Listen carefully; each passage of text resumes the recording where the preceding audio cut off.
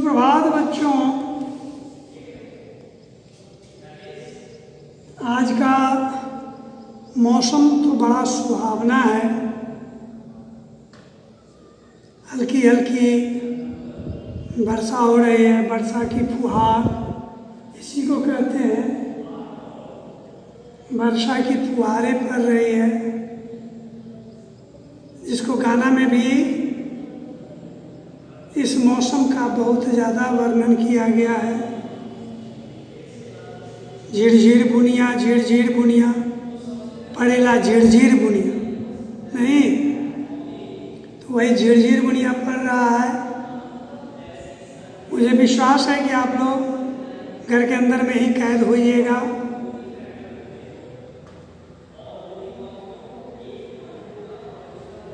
घर में रहने की आदत तो आपको यह महामारी ने ही डाल दी है। और आज तो और मौसम इतना खुशनसीब है कि इस मौसम के कारण भी आप लोग चाह करके भी बाहर खेलने कूदने नहीं गए होइएगा। तो ठीक है, आप लोग आ जाइए पढ़ाई में।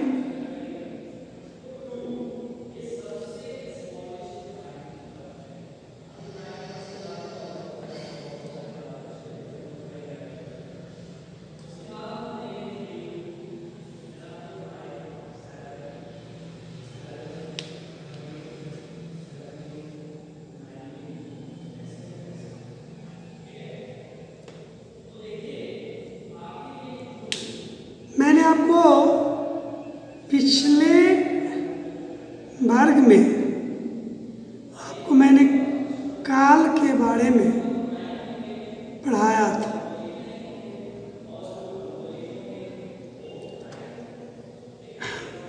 ये मैं आपको बताया था कि काल के कितने भेद होते हैं, है ना। तो काल के 3 भेद होते हैं: वर्तमान काल, भूतकाल, भविष्यत काल। और पिछले कक्षा में मैंने आपको भूतकाल के बारे में बताया था कि भूतकाल के कितने भेद होते हैं। तो भूतकाल के 6 भेद होते हैं: सामान्य भूत, आसन्न भूत, पूर्ण भूत, अपूर्ण भूत, संदिग्ध भूत और हेतु मद्भूत। इसकी परिभाषा भी मैंने आपको बतलाया था, समझाया भी था। सामान्य भूत में क्या होता है, कार्य तो बहुत पहले पूर्व में ही समाप्त हो गया, लेकिन कब समाप्त हुआ उसकी निश्चित अवधि, निश्चितता का बोध हमें नहीं होता है। जैसे मैंने खाया, सीता बाजार गई, मदन रामायण पढ़ा। इसमें क्रिया के होने के निश्चितता का पता नहीं चलता है। क्रिया के होने के निश्चितता का पता नहीं जब चले तो वैसे वाक्य सामान्य भूतकाल में आता है। सामान्य भूतकाल के बाद आसन्न भूतकाल है। इसमें भी क्रिया भूतकाल में ही हुआ, लेकिन इस तरह के वाक्य से ऐसा प्रतीत होता है कि क्रिया अभी अभी जस्ट समाप्त हुआ है। मैंने खाया, सामान्य भूत की क्रिया हुई, लेकिन मैंने खाया है जो लग गया, इससे जाहिर होता है कि अभी अभी जस्ट ये खाने का कार्य संपन्न हुआ है। मैंने खाया है तो कुछ ही समय पहले खाने का कार्य संपन्न हुआ है। तो ये हो गया आसन्न भूत। क्या हुआ? आसन्न भूत हुआ। पहला हुआ सामान्य भूत, दूसरा हुआ आसन्न भूत, तीसरा हुआ पूर्ण भूत। भूतकाल में कार्य व्यापार समाप्त हुआ, लेकिन क्रिया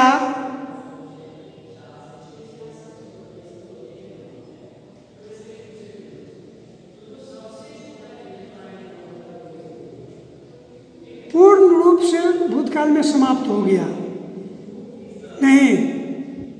क्रिया जो भी थी वाक्य में, वो भूतकाल में पूर्ण रूप से समाप्त हो गया, इसलिए इसे पूर्ण भूतकाल कहते हैं। मैंने आम खाया था। श्याम बाजार गया था। तो ये पूर्णता का बोध होता है, ऐसे वाक्य पूर्ण भूतकाल में आ जाता है। अपूर्ण भूतकाल में कार्य भूतकाल में ही हुआ, लेकिन संपन्न हुआ कि नहीं हुआ? नहीं।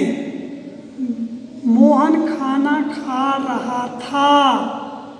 मोहन खाना खा रहा था, वो कार्य चलिए रहा था, अभी वो अपूर्ण था, पूर्ण नहीं हुआ था, इसलिए अपूर्ण भूतकाल कहते हैं। और संदिग्ध भूतकाल उसको कहते हैं कि जिसमें वाक्य में संदेह हो, वह खाना खा लिया होगा। नहीं, उसने मुझे गालियाँ दी होगी। ऐसे वाक्य को संदिग्ध भूतकाल कहते हैं। और हेतु हेतु मत भूतकाल उसको कहते हैं कि किसी कारण के फलस्वरूप जब क्रिया भूतकाल में हुई होती तो उसे हेतु हेतु मत भूतकाल कहते हैं। अगर तुम बाजार जाते तो मेरे लिए कुछ फल लेकर के आता।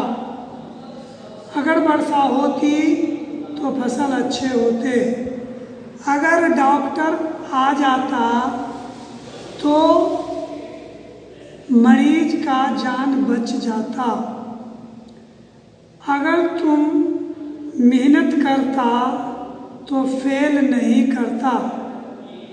कारण तो शुरू में है, कोई ना कोई कारण है, और इसी कारण का प्रभाव है ना,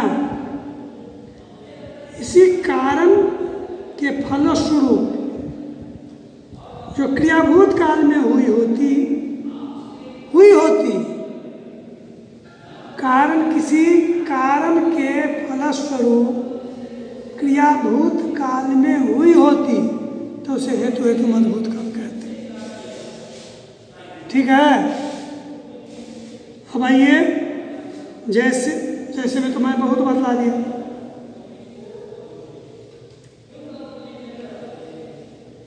तो अब आइए वर्तमान काल।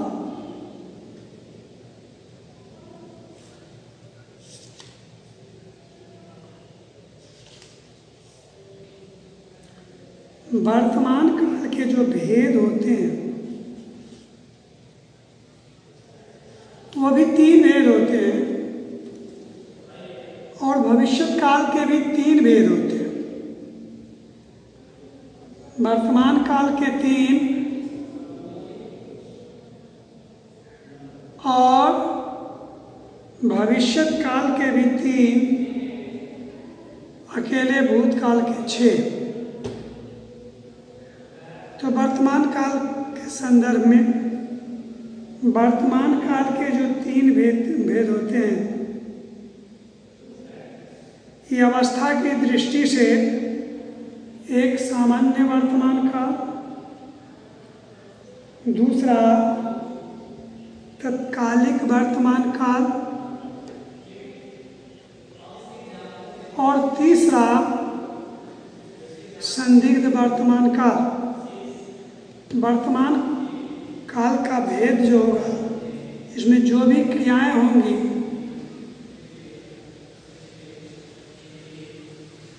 वर्तमान में ही होगी। जो भी क्रियाएं होंगी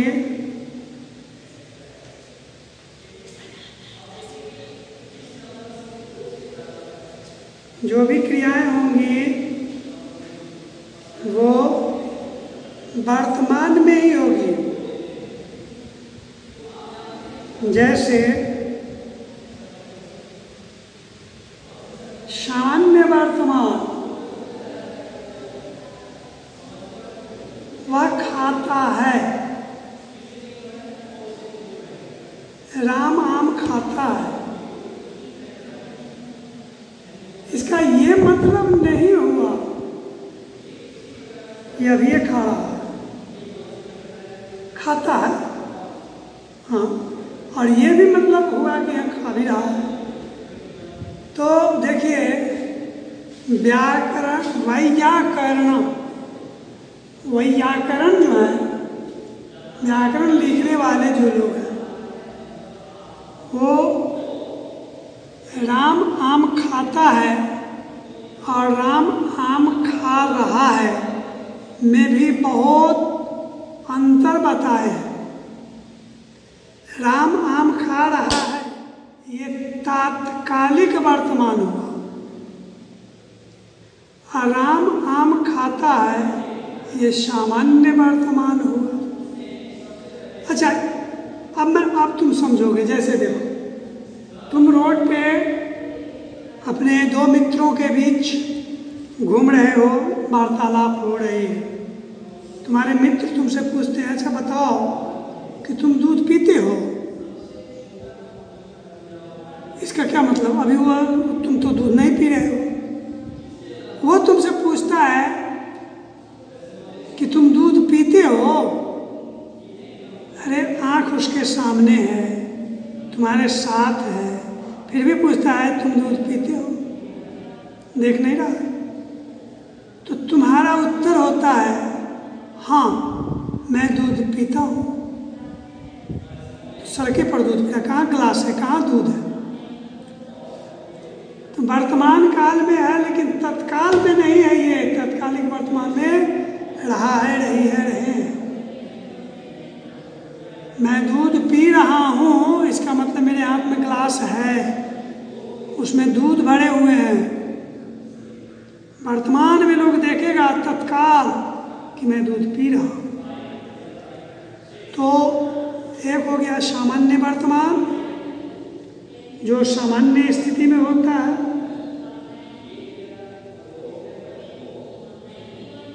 जिससे बीत रहे समय में किसी क्रिया के होने का बोध होता है, वर्तमान सामान्य वर्तमान कहते हैं। वह वर्तमान काल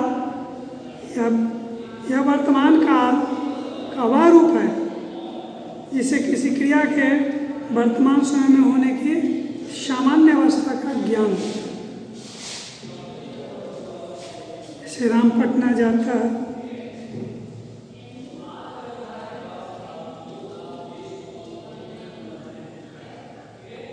और तात्कालिक वर्तमान में ये होता है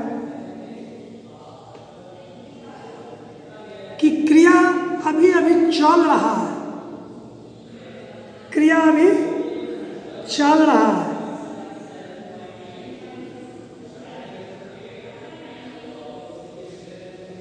मैं भोजन कर रहा हूँ तो जरूर भोजन पर बैठा हुआ व्यक्ति है। मैं भोजन करता हूँ, कोई जरूरी नहीं कि अभी करता हूँ, वर्तमान समय में मैं भोजन करता हूँ, लेकिन तत्काल में मैं नहीं कर रहा हूँ। तो ऐसे वाक्य में रहा रही तत्कालिक है, और एक है संदिग्ध वर्तमान।